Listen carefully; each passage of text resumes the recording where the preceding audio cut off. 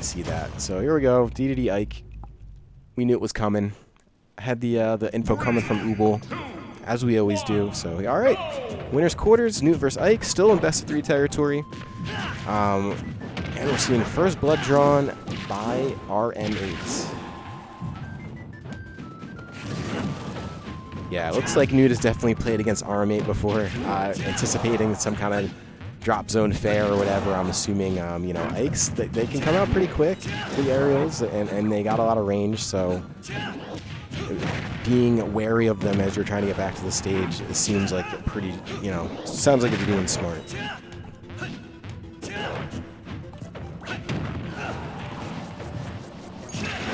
Wow. Okay. Getting pretty much the full charge of, I forget the name of the move, but the side B, and gonna get the dash attack, kill that dash attack. Very strong. Very, very strong. Not unmanageable, though, for Noot. Very much in it. And yeah, I've never seen rm8 play. I could tell. I mean, even in these brackets, even at this point of DNA, like, if you're making it to winners quarters, you do have to be competent at the very least. But yeah, I mean, I'm seeing the smart Ike stuff. Speaking of which, gonna recover high that time. Not opting for the ledge. Looked like Noot was pretty much ready for that. And this is gonna be rm8 with a full stock lead and a lingering Gordo. Gonna keep him in a disadvantaged state, but gonna throw out Aether. Why not? Does kill. Not gonna kill Dedede at this percent, but still pretty solid damage, and it's a really good out of shield option. But now, yep, there it is. And on that part of the stage, there was a chance. So I think that was definitely good judgment by rm8, but not going to be enough percent to do it in any case. Here we are, off stage situation. Yeah, we're seeing Noot recover high, which does make rm8 kind of have to guess which ways to throw the aerials. Noot probably cursing under his breath just a little bit that didn't kill. Really could have used that. I definitely appreciate rm8 throwing out Aether a couple times. I feel like I would have done that too. And yeah, there we go. There's a drop zone fair. And, you know, very easy to default to a low recovery if you're Dedede, just because you have a good vertical, and it's really easy to, I don't want to say plank, but it's very easy to stay out of harm if you just sort of hang there and go low and recovery, because Dedede's recovery is honestly, like, has some pretty nice qualities. Looking for an early kill. I don't know if it really would have did it, but could have possibly spiked Noot there, and the Gordo actually saving rm8's life. Almost another stock if it was just a dash attack. Really good aggressive back air off stage. I like that a lot. He's looking to dunk him on that, and now, you know, we're in a situation where Noot has tacked on a lot.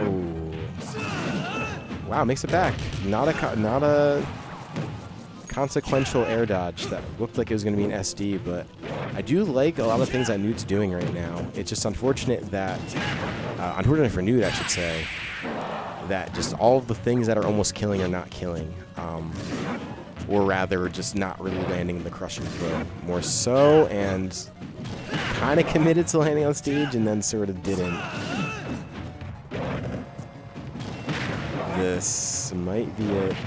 Okay, never mind. He's gonna not really do anything too aggressive there.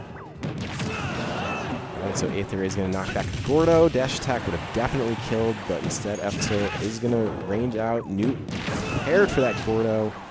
The Gordo has actually been saving everybody's lives out here. Gonna give Noot a second chance against that Aether. Unbelievable. F-tilt still not killing. That is, yeah, man. I'm feeling it for Noot in this game. Does get that Gordo kill, but even in the first stock, had a couple situations where rm8 nearly dies to things that you think would happen and just doesn't.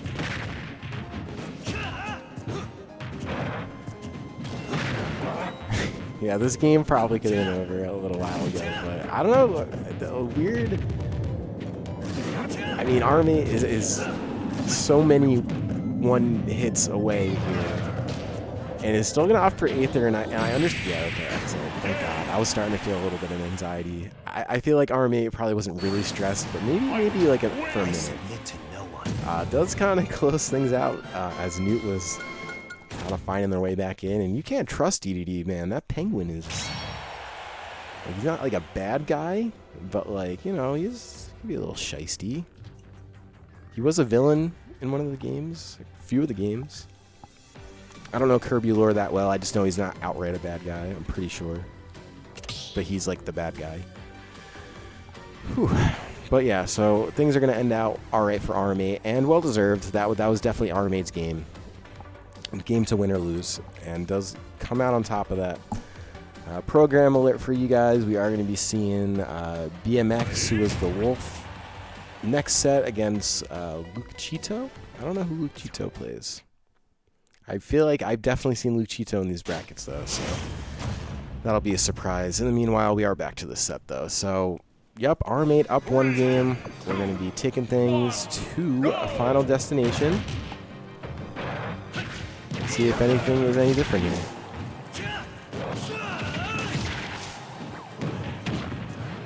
That's right, dude. Luchito plays Meta Knight. Pocket K rule. Now I remember now. Sure. All right, yeah, right on. Meta Knight back in top 8 territory. Well, almost. This is still top 16. Right, they can take out a Wolf. Top 8 territory.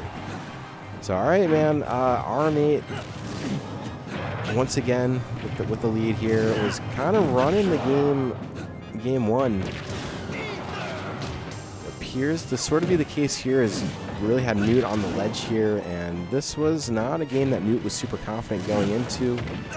In chat was mentioning he has had issues with his Ike in the past, but honestly not doing too bad, all things considered here. Has things now at a very even position. I like the idea with the hammer. Is so committal, and ends up being the end of Noot's first stop. I respect that in any case. But now that that's over with, gonna have to find a way to just keep things at the very least even as it was, since now the opportunity for a lead, as it were, is now gone. But here comes rm8 with the nairs, chipping away here, looking for any kind of solid confirm from there. Once again, living in these really deep percents. I could really see why Noot is struggling struggling at the very least with rm8. It looks like rm8 is very good with like spacing and throwing out those aerials at good points. And if you're doing that against Dedede, who does have a bit of range themselves, like, it's hard to really hit the sweet spots of any of Dedede's moves, or seemingly.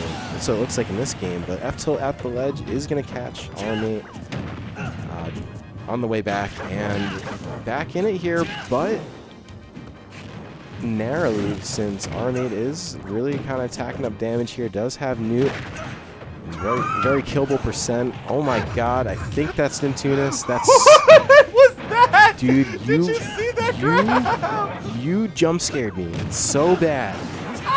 You sounded like, dude. Alright, hi. Oh, what's up, everybody? Hello, everybody. My name is Markiplier. Ready for the jump scares. Forgive me. I was laughing at that. Please tell me you saw that shield grab.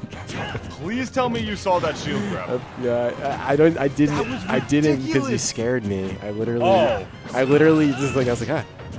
No? I'm sitting here. I genuinely did not mean to scare you, and forgive me, but it was that shield grab from rm8. I don't know if you noticed, but like, he blocked the Gordo, right? He blocked the Gordo and was able to get right in the face of Noot. But the grab just kind of didn't connect, and he was not far away enough. I'm not sure what that was, or if there was some tricky Z-axis thing or what have you, but forgive me, it just made me laugh hopping in the middle of a set like that. Forgive me. No problem, man. I'm glad to have you here. I've been talking to myself for about an hour and a half now. So. Yeah, I noticed. That's why I came in here. Thank you. Well, you know what it is, dude? The brackets have been different sizes, so I have been in this situation where I'm just like, well, you know, we'll start a half hour earlier because... But in any case, we'll talk about that later. Sure. Noot is apparently struggles with rm8 particularly. Ooh. And oh yeah, dude, that's gonna do it. So dash attack, not MVP of the set, but does make its appearance a couple times.